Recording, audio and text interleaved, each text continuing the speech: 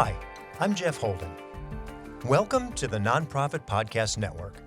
Our purpose and passion is to highlight a nonprofit organization in each weekly episode, giving that organization an opportunity to tell their story in their words to better inform and educate the respective communities they serve, as well as provide one more tool for them to share their message to constituents and donors. Our goal is to help build stronger communities through shared voices and to both encourage and support the growth of local nonprofit organizations through podcasting. Thanks to our founding partners for their foresight in helping us transform the way conversations start.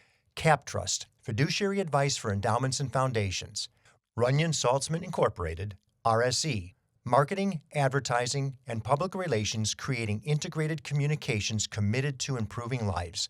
And Western Health Advantage, a full-service healthcare plan for individuals, employer groups, and families. Transportation. For most of us, we know what it looks like. You hop in the car and you go where we choose to go. Maybe you hop on a bike or a plane or a train or light rail, if you will. But it's not that easy for everyone. What about those with physical challenges? What about those with intellectual disabilities? What if you're new to town and have no idea how to get from wherever you are to wherever you need to go? Think about it for a minute. Medical appointments, work, financial support services, you name it. When you have to get somewhere, you have to know how to make that happen. Thankfully, there's an organization in town that is doing that and so much more. Way beyond what you expect of a transportation service. Way beyond vital lifelines. We're talking about impactful mobility solutions that are empowering our region with innovative initiatives and getting recognized nationally for the work being done to keeping our community moving. Paratransit is like no other organization I've spoken with, and Tiffani Scott is one of the most creative, solutions-based, and action-oriented leaders to sit across from me in studio. What she's done with this organization throughout her 12 years at the helm is nothing short of amazing. Tiffani Scott, welcome to the Nonprofit Podcast Network. Thank you for having me. I am so excited, and you are the last of a group of people that I had the privilege of speaking with at Sac State, early in the year. I think it was February or March. And to date, I have had everybody from that panel now as guests on Social Enterprise that have now been in the studio and their episodes. You are the last of that group, and I'm so excited to have you on because it's taken us a while to get you in here. Well, thank you so much for having me, and I've been looking forward to this, so I'm glad we could get it to finally come to fruition. Many of us recognize paratransit vehicles. You've been around town for 45 years, shuttling people back and forth, and we see those little minibuses and other types of vehicles. But I don't think people recognize the scope of service that you provide. We see them. We're really not sure what they're doing. We know they transport people with mobility issues, maybe walkers or wheelchairs or people with disabilities. But what you do is so much more than that. Could you walk us through the scope of what we see going on with those vehicles? Absolutely. So paratransit has been around since 1978, and I think we're one of those agencies that for a long time we did a really great job, and people, if you said our name, people say, oh, they're great, but then you wouldn't think about us. And so Kim Tucker, who's actually on our board from Impact Foundry, had said, we need to become our best storyteller. So paratransit started before there was an Americans with Disabilities Act, really about mobility. How do we get people who have the greatest need to the locations they need to be in? And in 1981, we were actually bestowed with a designation as the Consolidated Transportation Services Agency for Sacramento County. It's a designation that's in state law. It's bestowed to us by SACOG, or the Sacramento Area Council of Governments. We're actually the first agency bestowed with this designation in the state of California, so we are the longest holding. And that's because it's actually created based off of the work we were doing. And so it was actually something they put into law to encourage other agencies to do it. And so while we've had a long history of doing the transportation, and a lot of people had identified us with what we used to do, which was a lot of work with Sacramento Regional Transit, really what kind of got lost was that what do we do ourselves? And so in addition to transporting persons with disabilities, and we actually aren't the partner with SACRT for the day-to-day service, We do services for the regional center, which is where you see a lot of the buses going around, but people may not know that we deliver food boxes to seniors for the food bank, for Sacramento Food Bank and Family Services. We transport a lot of social service transportation, so we take seniors on outings. We take a lot of youth to some of the greatest places in the region, like the MOSAC and other field trips. We do work for a lot of community events, such as the Air Show, Ironman, and when the Homeless World Cup came in, we did all the transportation for that. We have an incredible maintenance shop where we not only maintain our vehicles, but we maintain fleets of United Cerebral Palsy, Asian Community Center, the food bank. We do a large group of taxis. So when you look at the vehicles we service probably 500 to 600 vehicles in our shop, Oh my where gosh. we only operate a fraction of that ourselves. And so we do that. We have mobility and travel training programs across the region where we teach people how to ride and do volunteer driver and other programs. And then we actually have a consulting service and have done work across the country from Honolulu, Hawaii to New York City, New York. And so those would be, because you're such an exemplary organization based out of little old Sacramento, you get the notoriety and recognition for the scope of service in these other markets that say, hey, what is it you're doing and how are you doing it? Correct. So there are a lot of things. So travel training in the United States is teaching people how to ride the system. Paratransit was the innovator in that space. We came in first. And so there's a lot of the work that we've done that we've really prided ourselves as an agency of being at the forefront. And we continue to really look at ways to be on that cutting edge. We're not scared to try new things and deploy new services. And so we're constantly looking at that. And we have the flexibility to be able to deploy and then go into larger agencies who maybe don't have the agility we have to get something started. But once it's there and it's tested, we could come in. And so we were able to, in Hawaii, Boston, and others, take our mobility programs and our ADA programs, so certification programs, and take them in there. And actually, they hired us to do those programs for them. Just out of curiosity, teaching people how to ride, what does that mean? So when we teach someone how to use a service, part of it is can they? So the way the system is developed for public transportation is that public transportation, like a big bus you see going down the street, is designed to transport everyone. But the reality is not everyone has the physical or mental capability of using that vehicle. And so the first step for someone who maybe can't or doesn't think they can is they can meet with us. It's free of charge. And we will do determination on, do you have what it takes to even travel train you? If it's not safe, if we don't believe you can safely be out there, we won't travel train you.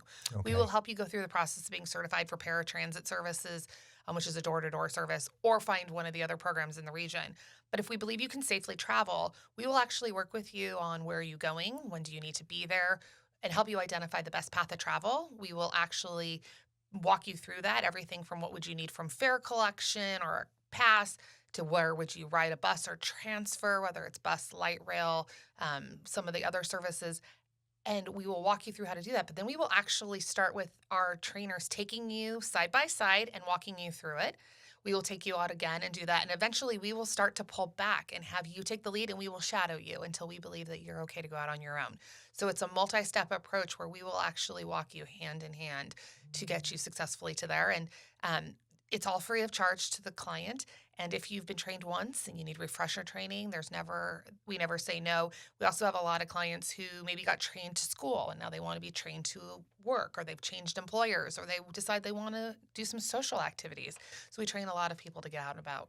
Boy, what a service to give people the confidence that they can actually get out of the house. They can get from point A to B once they learn and feel capable and competent, and you're with them every step of the way. Correct. And there's a big misnomer, too, that the only people we travel train are seniors or persons with disabilities. We actually will travel train anyone of any ability who wants to learn how to get out and about. So maybe you've never gone to a Kings game and you want to go downtown, but you don't want to deal with the parking. We can teach you how to make that trip to get to that concert, to get to that game on transit. And we can go from everything of teaching you how to do it over the phone and giving you what you need to do it, to actually taking you out. We've taken groups on outings for like a social event to teach them how to get downtown. So anyone who wants to ride, we want to teach. And almost to any place, it sounds like. Pretty much. It's anywhere in the region. six-county region we can. So SACOG's region is 6 counties, and so we can travel train anywhere in those 6 counties, and we can travel train within the counties. So you can go from West Sac to Folsom, or you can go from Elk Grove up to Yuba City. we're not confined to one jurisdiction. Well, even significantly important for families with children old enough to travel and travel safely that don't know. And maybe the parents don't understand how to make it happen, but you can teach the children how to do it, whether it be getting to school or classes or museums or concerts. Actually, a few years ago, right before the pandemic, we started a program. We call it transportation literacy. So there's a lot of discussion that you need to teach financial literacy to high school students. Well, we believe you need to teach transportation literacy. A lot of people think, I have a car, I can get there. But the reality is, not everyone has a car, and sometimes your car breaks. Sometimes you need a Right. second ride home. Maybe you'll find yourself in a situation where you went to a party with friends and you don't want to be there anymore. And so, what we have done is started working closely with young adults, so primarily from about 14 to 24, where we will actually teach them how to ride the system, how to prepare. We aligned closely with Thousand Strong, which was the mayor's initiative, so that if you're going to pick an internship, a big part of keeping your internship is getting to your job. Kind And of so it's important. not only about picking the internship you want, but learning to pick the internship you can actually reliably get to. And then how do you read a timetable? How do you know how to get there? And for those who have those cars, it's how do you have that second backup when maybe it's mom's car, your car, but mom's car broke down and she needs to take your car today and you need to get to where you're going. Well, now you have options. And so we've tried to give that option because if you can teach someone how to do that in Sacramento, they can ride the transit service in San Francisco, in New York, in Paris, in Tokyo. It's a skill that once you know what you're doing, gives you mobility anywhere you go. I remember that when I was a kid growing up in Chicago. It's my gosh, I got to get on this bus. I remember taking rides to the end of the bus line. I did it in New York as an adult, for gosh sakes, because I wasn't paying attention and had to come all the way back. So, what a great service. What a great service. I think so many people don't realize how many things you provide because we just tend to think it's for people with disabilities, maybe seniors, and that's the extent of it. But it's much, much more than that. Well, when we started, our name really leaned into that. So we were paratransit before the ADA paratransit. So Yeah. if you look at our buses today, they actually say PI Solutions. And so we've over time really kind of worked towards that, that while paratransit is our name, PI Solutions is the idea of we're a solutions based agency. So there are a lot of mobility challenges in the region that different individuals and agencies face because we don't only provide individual solutions, we do a lot of agency work. And so the idea is we're an agency about solutions and we're interested in partnering with people to get their mobility solutions solved. So it really kind of leads into the idea of bring us your problem, we'll help you find your solution. And you are very progressive in the things that you do. You look for opportunities to fund and support by community need. I know you've got a couple of unique programs that we wanted to touch base on, home to healthcare and people to produce. Go ahead. I know they're exciting for you. So it started originally with people to produce. So during the pandemic, a lot of our clients ended up being at home. They were Mhm. the most at risk, and so they followed the orders to shelter in place. But we didn't want to just say, okay, they're at home, we have no need.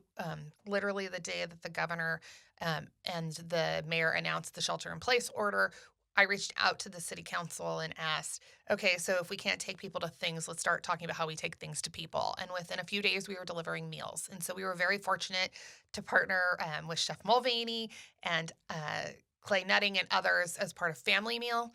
Family Meal became the basis for statewide Great Plates delivered.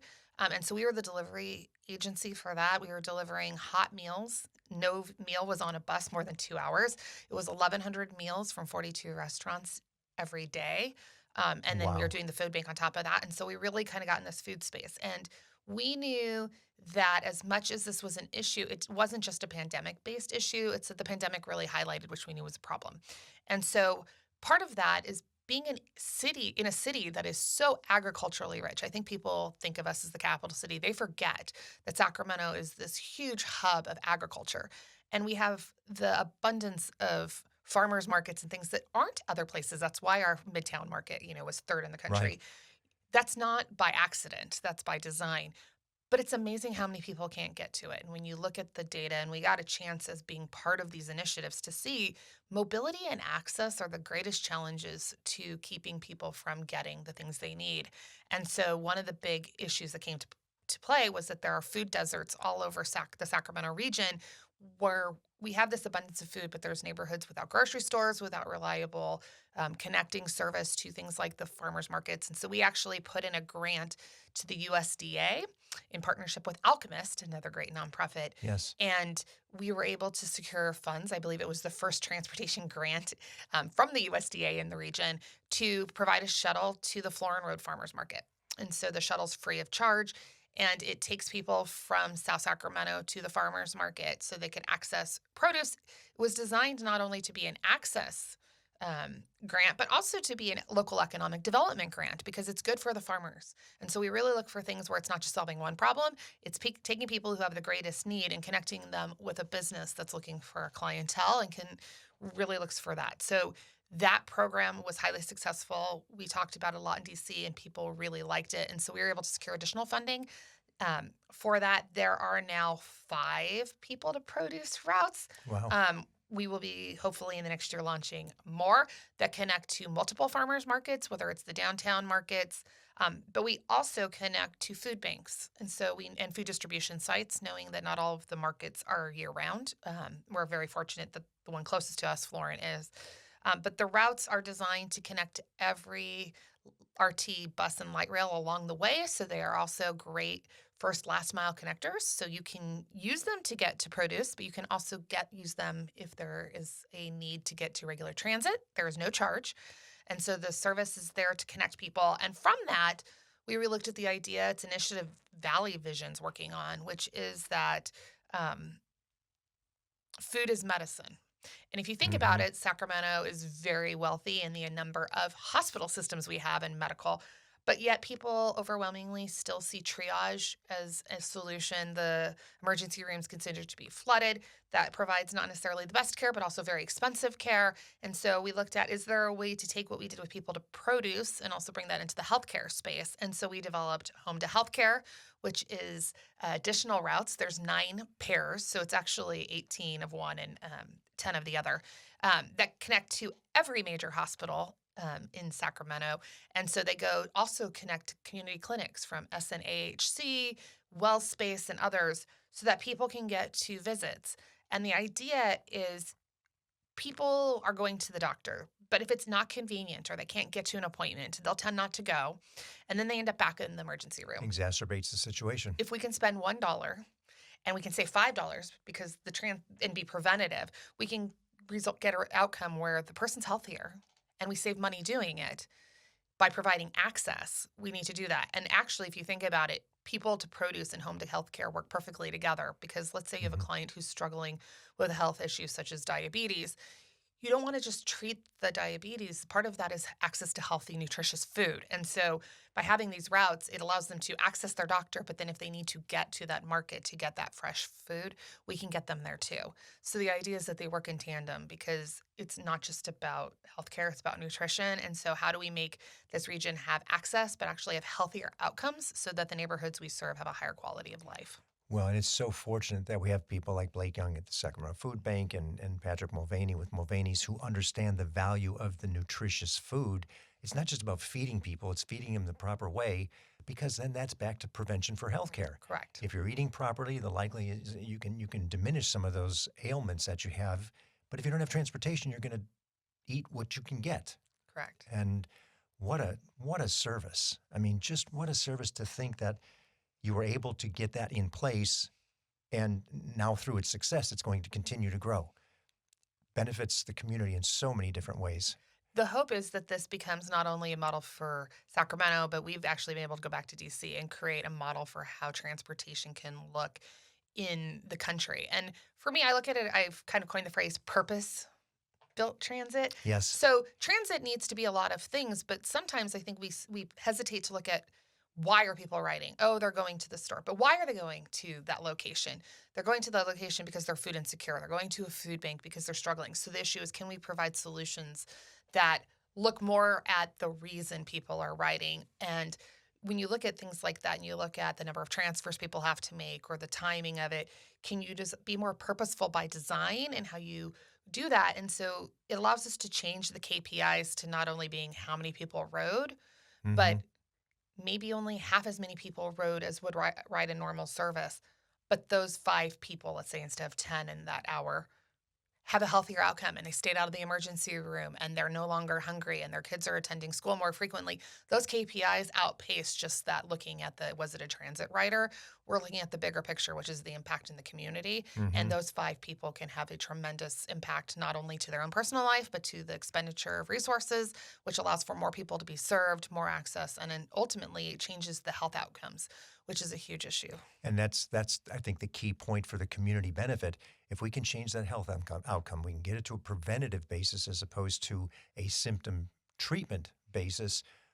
The pressure's off of so many different organizations in a different way. And now that person is capable of working. And we know that if they need a way to get to work, you've got it. Correct. It's just a full 360 in the beneficial aspect of it to the community. How many vehicles do you have in So service? at peak right now, driving, we have about 25, but that is a big kind of understatement of what we do. So we have the services we directly provide, but we are a huge partnership agency. So in addition to the vehicles we're operating at peak service, we have another 75 vehicles we've made available to our partner agencies that they're driving and they're providing trips in because we work closely with nonprofits to identify their gaps. And so if you have agencies who have clients, but we can provide them a vehicle and they can do additional transportation, we will actually loan them that vehicle.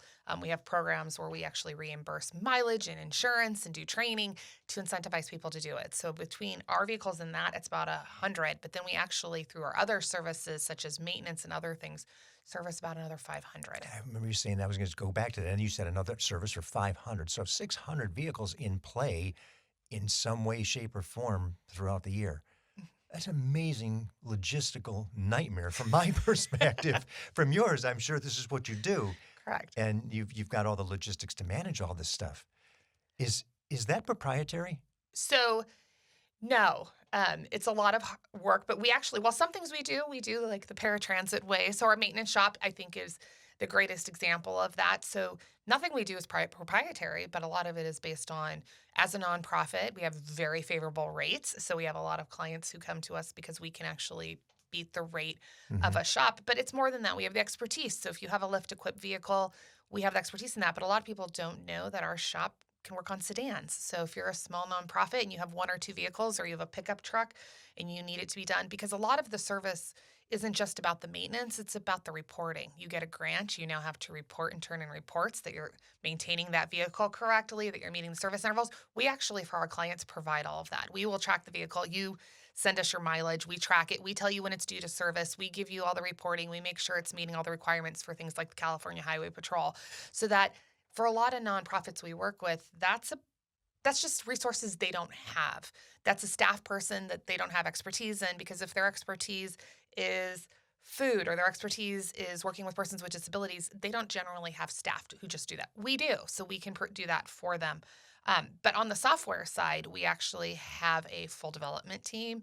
And so we've developed innovative software. So the software that we've gone into these other areas with, we actually have software that competes with the private market, where we use our own in-house developed software. And we've actually had agencies who rent that software or lease that software, just like you would buy a piece of software like Microsoft, and they can use it to access and use in their in-house. And so we train people to either have us do it, but we've also trained people how to use our software and do it themselves. And that's going to get us to the next question in a second, because one of the things that I'm seeing is this is the collective. We talk about the ability for nonprofits to not duplicate every effort. And if we can minimize some of that, whatever it happens to be, here's one of a perfect example. If you have a transportation need, maybe you even have the vehicle, but you don't have the person to do all the proper, and if you do, they're taking way too much time. It's an inordinate amount of time because that's not what they do on a day-to-day basis, but you do it for them. That's amazing. Well, and we have the ability, because of our size, to do things like loaner fleet and be able to do the transportation. Our shop is open from 5 a.m. till 10 p.m. at night, so we can do before work or after work. So we've really tried to look at how we can partner with others to make it better. And I think that's part of what makes Paratransit unique, is that we don't judge our success only by the things that we provide, but it's the wins that our partners have. So when they're able to transport more people, or we work closely with River City Food Bank. And so like Amanda McCarthy was talking to us about how we were able to help them with some of their vehicles. those are resources they don't have. And she's told us repeatedly that means that they can use their resources to help more people with what they do. And we count that as one of our wins, because if people are ultimately more people are helped because we were involved. It doesn't matter if we did directly or our partners did. That's a win for the community. Hmm. And so our agency is largely based on partnerships. And so we don't see those wins as just what did we do, but how do we all work together? How can we help others meet their goals? How can we help them save money? Because obviously, with nonprofits, cost is there. So it's kind of a unique thing. A lot of our maintenance clients come to us because we can provide them great service for cheaper than they might get it on the commercial market. But then when you think about it, when they're paying us, we're putting that money into services we're providing to the public. So it's more people, both agencies save money and both agencies give more service out to the public. So it's always a win-win situation. And that we try to find those wherever we can. And that's what it's about. And we've had Amanda in here, another great organization. I'm smiling as you're going through the organizations. I think, okay, we've had them in that chair. We've had them in that chair. He's been in that chair. Nobody has had this much connectivity to the people we speak with. And we are not specific in a particular category, obviously. I mean, we're talking about the app for transportation. Well, visit Sacramento, Mike Testa. Mike's been in that chair. And who would think that Paratransit would be in that space? And of course, UCP or the food banks. And it's just amazing the scope of what you do that I think we all take for granted that that's somebody else. It's not Paratransit. I always look at it. I like to tell my staff, if you think about like a wheel, there's the center spoke and then there's all the branches that come out of it. Think of a bicycle wheel. I love to say that Paratransit's that center piece. And so all of those spokes are the different things we do to connect. And some of them we provide ourselves, whether it's a solution that we feel the need, like home to healthcare, people to produce, or our regional center work that we do directly. And the end user is our clientele. It's our design. But a lot of those clients are exactly what you said. They're other agencies. We're developing a program that's launching called Metro Hub, which is a one-stop shop for travel in the region. The client there might be someone who's never been to Sacramento before and doesn't know how to get around, and they're able to now access a resource to find all of the ways to move around. But the goal is we want to be that center of that spoke that can help provide those connections to everyone, and ultimately it takes all of it to make the wheel go round. Mm-hmm. You mentioned staff. How many people do you have? So currently we have just less than 100 full-time employees. So a large nonprofit. At our largest, we were bigger when we did the work for ADA, but still not a small nonprofit. No, not at all. It's a combination of drivers, mechanics, administrative staff, mobility staff, incredibly dedicated people who every day come in and play an amazing role. Tiffani Scott's team is amazing at keeping our city rolling and helping us get from point A to B. But how they do that and how it's paid for is what we'll be talking about next, right after we hear from the people who make this program possible. I was in the media business for over 35 years and had the great privilege of working with Runyon Saltzman, RSE, Marketing, Advertising, and Public Relations. We collaborated on many different campaigns, but their commitment to the nonprofit sector hasn't changed since their founder, Gene Runyon, started the agency. Over many years and many campaigns, Runyon Saltzman has been committed to improving lives by tackling California's most challenging issues. Guided by research-informed strategies and insightful, creative solutions, RSE develops innovative communications campaigns that raise awareness, educate, and reduce stigma in diverse communities throughout our state and beyond. To learn more about RSE, visit rs-e.com. Hello, this is Scott Thomas with Cap Trust in our Sacramento office. I specialize in working with local nonprofits and associations. Annually, we survey private and public nonprofit organizations across the country to better understand challenges they see in today's environment. In our more recent survey, we heard concerns about proper board governance, mission-aligned investment, and how to implement alternative investments.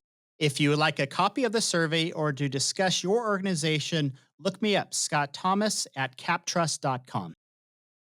I'm thrilled to have Western Health Advantage partnering with us as they do so much to support so many nonprofit agencies in our community. As a truly local health plan, you'll find individual and family options, employer options, plans for CalPERS and Medicare Advantage.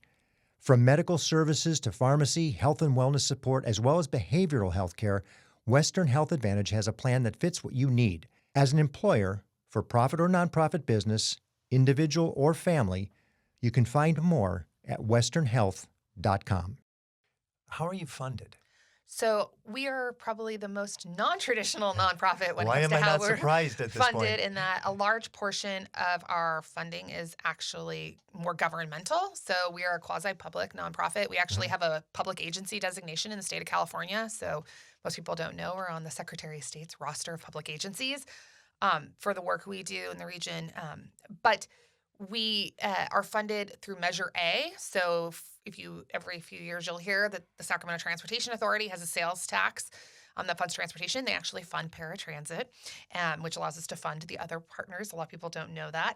That provides for services. We also get sales tax dollars through the Transportation Development Act, same as like Sacramento Regional Transit or YOLO Transit or Roseville.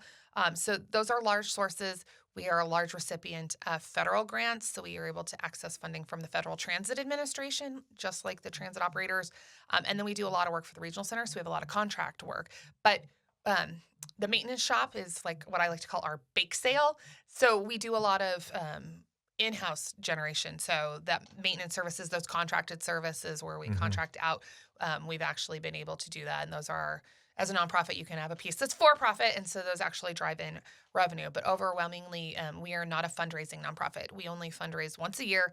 We do a holiday gift campaign. We do 3,000 boxes each year that are delivered to persons in need that have blankets and other warm and cozy items in them, and we fundraise for that. But that's the only time we fundraise. The size of the budget, how big is your budget?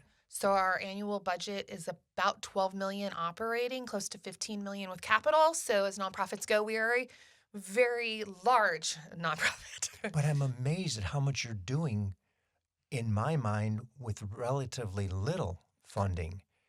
That's, again, the touch points you've got in the community are so significant and so broad. 6 counties is not easy. So I really pride ourselves in the fact that we try to be very efficient. And I think it's those partnerships and being able to leverage existing resources. So in our partnership agreements for like the vehicles, it's not carrying the cost of the whole program, because let's say we partner with Easter Seals. They've been our partner for years. Let's say that we give them a vehicle so that they can do it, but they're covering the labor cost. We're covering incidental costs. The result of that partnership is that we can both do more, but we're not having to cover 100% of the cost, and they're not covering 100% of the cost. We're able to leverage our dollars to go farther. And so by doing that, if you look at our cost to operate, even traditional transit service, we're some of the lowest in the region and in the state. And that's because we're able to be very cost conscious, and because we have a very diverse array of programs, such as the maintenance, we're able to spread our overhead differently, and we're always looking at that. How can we be more efficient? How can we bring in software things to be able to do things in a more efficient way? Because ultimately, as a nonprofit, our goal isn't to make money. It's to provide more service. And so we're always looking at how can we do that? And is there something we can bring on? Is there something we can add? Is there a value add to that? Even if it's net neutral, our board is very big on it. Doesn't have to be something that generates revenue. It's just a net neutral item. We're interested in that. And I think that's one of the great things about being a nonprofit. And in the nonprofit space, it's not about how much will I make. It's can it cover its cost? And if the answer is yes, then it's a lot easier to go for it. You have an innate ability to identify the need in the community when it comes to a transportation or mobility issue, because you are so prolific in so many organizations. And you touched on Metro Hub a little bit. Let's expand a little bit more, because that's yours. That's your development, your concept, your origination. And it's not for challenged mobility. It's for the population at large, including the guests that come to the city. Go ahead and explain that a little more. So Metro Hub is a brand new initiative that's being launched.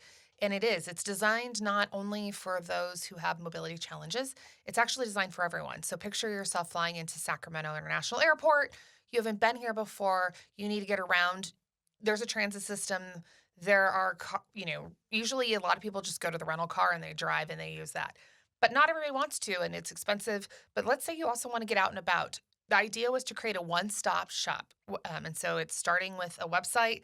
That website is fully interactive, so you can call us, you can use the website, you can actually direct chat to a live agent who's actually one of my staff. It's not a bot. Who's going to tell you answer your question when you, Correct. you So come to it's town? staffed Monday through Amazing. Friday. Eventually it'll be staffed more. But let's say you're coming into town and you want to know, hey, I'm going to be coming into town. I'm going to be getting downtown. How can I get there? And once I'm downtown, I want to go out and see wine tasting in Clarksburg, or I want to go up to Roseville, or I want to go up to Apple Hill. How would I get there? What are my options? You would actually be able to communicate with our transit experts, and we would be able to tell you all of your options. Are you looking for a car? Are you interested in transit? Are you willing to, how far are you willing to walk? Are you willing to consider a bike? But it also, beyond the travel, is for commuters. So let's say you're now looking to commute. Maybe you're wanting to get out of your car and you don't want to sit in traffic. You'd like to be on a bus or a van pool or a carpool. Instead of having to look up and call numerous agencies to figure out what the solutions are, you can actually come to us and we'll let you know which van pools have availability, which programs are offered, what subsidies look like, and help you navigate through. And then based on your interest, we will give you travel instructions on how to do that, provided if it involves a transit media, we can help you get connected to the Connect card, which is the seamless fare Hmm. card, go through the process of applying. But we can do all of that for you so that you have somebody with you. You don't have to figure it out yourself. And then if you've never ridden transit before and you are considering maybe commuting that way, we can actually put our travel trainer with you and take you out and show you how to, which bus stop, which travel platform, how to board light rail, how to pay a fare. It's amazing how many people who've never ridden don't know. It's a lot of the public. We will do that, and that's all available free of charge to you. So we're not only going to give you a list of what's available, but we're going to hand you the resources and the training that you need to be successful to make those trips, and it's all free to the end user. What a what a cool concept for a visit city where people are coming from wherever they come from, wherever they want to have this one-stop tool. I can only imagine how valuable it is as it gets up and running and once people share it and they start talking about it. I mean, whenever I travel, I recognize the challenges I've got. If I don't know where I'm really going and how do I get, to where's the depot? Where's the car rental agency? It's not obvious in some cases at some airports. I mean, just the simplicity of what that will do and provide for a visitor to the community is amazing. It's just amazing. And that's the hope, because it's, while it's great to have a car, a lot of times you miss out on things when you're just in your car too. And we don't want people, well, we want people to come downtown and obviously shop downtown. We want them to see more of the region. We'd like them to stay longer. Yes. But weather's an issue. So if you're interested in getting to Tahoe, if you've ever taken the train, we can teach you how to connect to the Capitol Corridor. We can get you into the Bay Area. We can get you, it's a hub. And so a lot of it is not just about how to get around the region, but how to get in and out of the region. There are a lot of people who have never gotten outside of their car to travel. And so our hope is, can we help you do that? Even if it's, you're interested and it's the holidays and you want to go see the holiday tree in Old Sacramento, Yes. and you want to see the Theater of Lights, or you want to go to a Kings game or a concert, but you don't want to park, we can help you explore how you can do that. That might be your first transit trip, or it might be a rideshare trip. We can help you coordinate what that looks like. You don't have to do it yourself. You have a trusted partner who's going to be there, who's going to give you resources. And the best part is, we're not just going to tell you, we're going to actually email you a written form so you'll have it in hand to take with you. And I always refer, and I do it myself whenever I travel. I love to take the local transportation. If it's Chicago, it's the L. If it's a subway, if it's New York, just to get a feel for the city, to just really understand it a little bit differently. This gives us the ability to share that with somebody who's coming in for the first time, who wants to feel the city a little bit differently, and to know that, oh, we do have alternative transportation other than that rental car that you're never going to get out of, and really get a sense of what's happening. And we have so much to offer. Absolutely. And this was kind of born out of the idea that we do a lot of transportation, obviously, in the mobility space for those who are seniors or disabled. But we also do a lot of work with youth and others. But we've done a lot of work with the air show, and we did all the transportation for the Homeless World Cup. And a lot of that, or Ironman, is we have people at the airport, we need to get them in. We did work for Wounded Warrior. And so it kind of was this idea of, well, these are people who need to reach out. But what about the average person who's not part of an organization? How can we provide that same resource? And does it always have to be we're providing the ride? there are other rides. How can we connect them to those buses? How do we get people to be able to independently navigate these needs because we knew the need was there? And then conversely, when you have these large groups come in, how can we work with these agencies who are coming to explore Sacramento, who Right. want to spend more time here, these big conferences and conventions? They need to get downtown. It's not just about the hotel logistics or the program logistics, but transportation and access is such a part of it. Or we'll have people come in for the chambers who want to get out and they want to see agriculture and they want to get out there. How can we help coordinate all of that for the business community so that when they're bringing people in and they're bringing in clients Mm-hmm. or have meetings or they're doing kind of retreats, we can help them coordinate how they can get their staff here as well. And we want you to savor Sacramento when you're here, not just pass through it, Correct. which so many times we hear about. All right, fun question for you. And I know you're going to love this one because I mean, your wheels are turning all the time anyhow. Budget no option. You do whatever you want. What would the agency look like if it wasn't constrained by budget limitations? That's a really good question. I think it'd be an acceleration of some of the programs we already have. There's some things in the mobility space we like to do because while money is no object, the big thing for us is that we want what we do to be purposeful. So it's not just about delivering to deliver because we have a dollar. It's about what makes the greatest impact, what has the sustaining feature, what is a value add Mm-hmm. to the region. And so I think the ability, if budget was no option, to be able to dig deeper into our projects, because since we are grant funded, we can only deliver things to the extent that we have funds. So like our partnership programs, I would love to be able to acquire more vehicles and bring on more partners. There's a lot of really small nonprofits who struggle to compete in the space that we have the resources as a larger agency to be able to compete for those bigger grants, and we can do the administration of them because we have the financial resources for it. So for me, having access to those funds is not just about what we can do, but how could we partner more to be able to help to bring on additional partners who are really struggling in this space to compete and be able to cast a wider net. The other program I'd really like to bring back, and we'll be working with the airport, is we had a vehicle rental program where you could actually rent a vehicle from us that was a fully equipped vehicle, and you could drive your loved one. So we'd have families who say, I want to take my grandchild to Disneyland, but they're in a wheelchair. We could actually rent you a wheelchair equipped vehicle. We've done it on small scale. It's very cost prohibitive in the insurance market I was right gonna say now. it'd be tough. And so having additional resources there, that's a program that we're retooling and we're kind of reimagining, and it will be coming back in a partnership. But that's a place that I would love to be able to expand out, which is increasing individual mobility so that people can bring in their loved ones for a wedding, for a party, for graduation, pick them up at the airport and do that. And our ultimate goal is to make that so you can actually rent a vehicle at the airport that's accessible. That's a paratransit vehicle.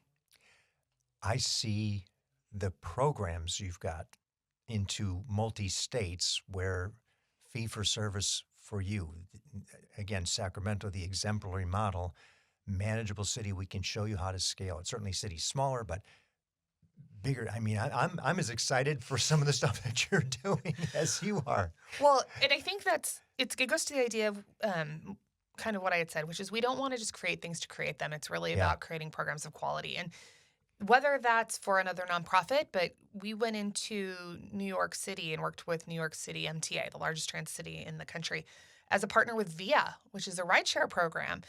They had to they had to train their cabbies they were hiring to deal with persons with disabilities. So they actually hired us to come in and provide all the training to the Yeah. cabbies to do that because of the experience and expertise we have in this space. And so that's part of what I pride and our agency really prides itself in is the fact that we don't just deliver service. We want to deliver it to a quality and in a quantity that can be consumable by others and that people look to admire. And so we've done a lot of training. We've helped start up services all over the country, both in the travel space, but in the operations space, and come in as kind of technical experts where we're not going to run the program, but we're going to help them teach them how to do it the paratransit way.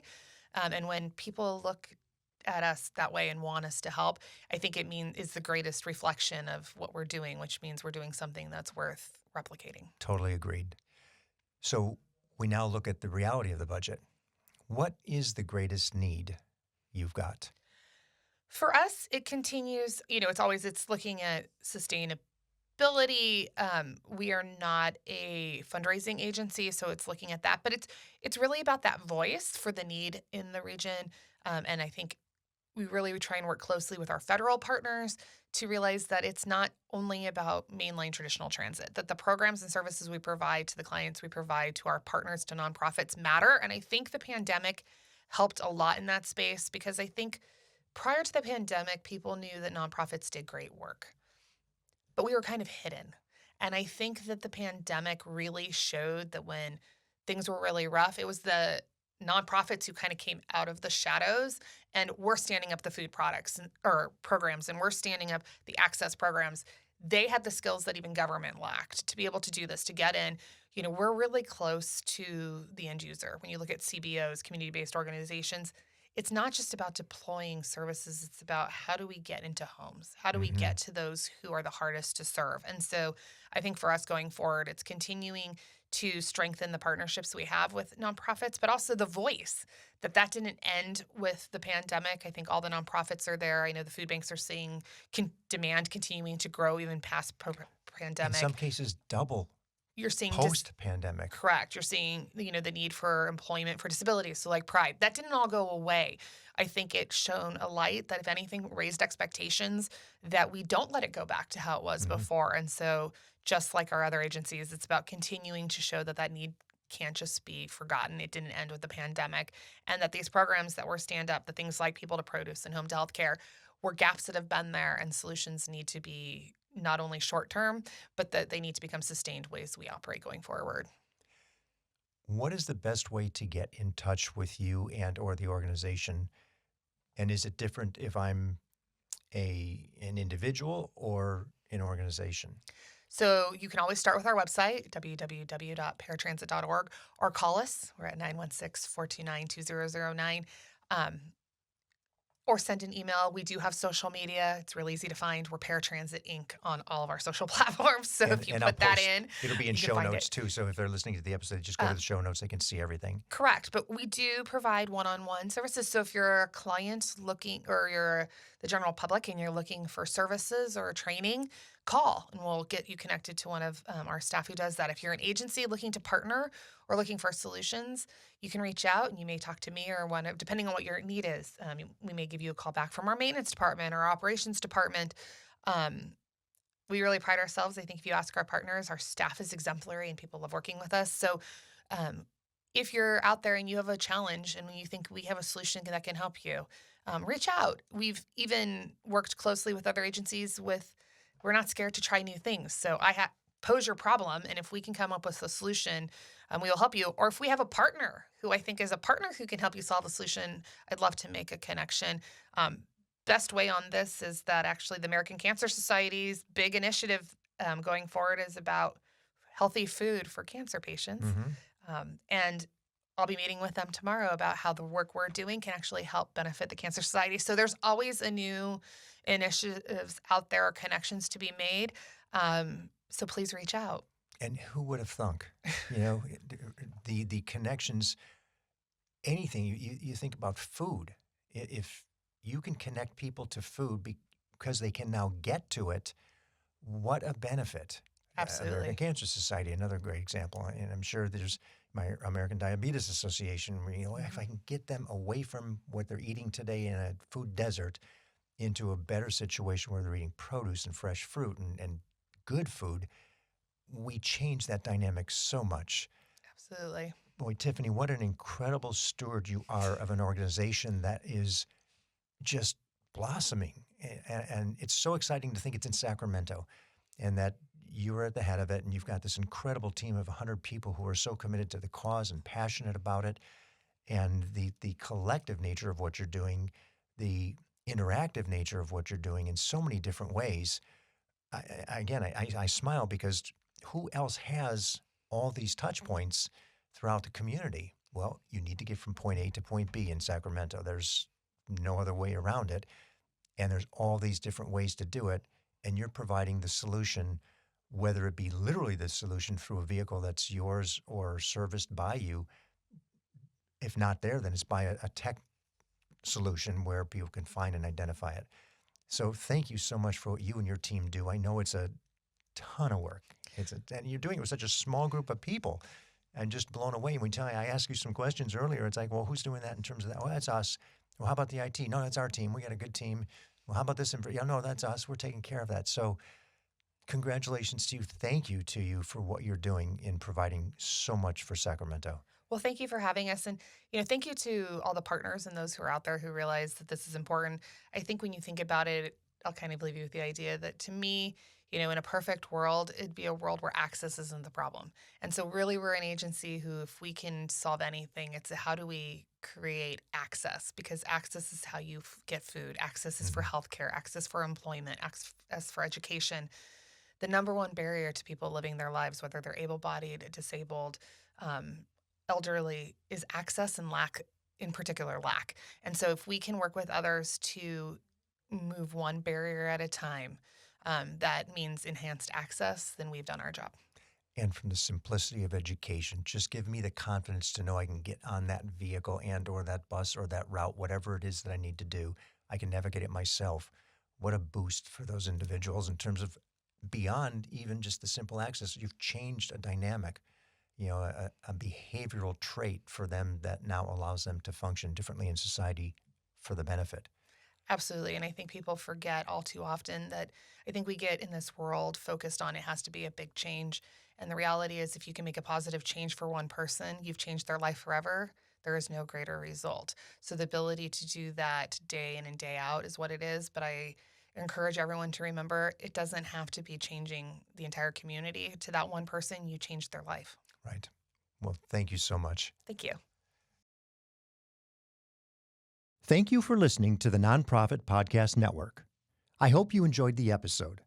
If what you heard moved you, please reach out to that organization and do what you can to help. If you like and appreciate what we're doing to support local nonprofits, please give us a positive review, subscribe, and share. If you're a nonprofit with an interest in participating in an episode, you can reach me at jeff@hearmenowstudio.com. If you have a need for the services or products our sponsors offer, please reach out to them. CapTrust, fiduciary advice for endowments and foundations. Runyon Saltzman Incorporated, RSE, marketing, advertising, and public relations, creating integrated communications committed to improving lives. And Western Health Advantage, a full-service healthcare plan for individuals, employer groups, and families. The Nonprofit Podcast Network is a production of, is recorded at, and edited by Hear Me Now Studio.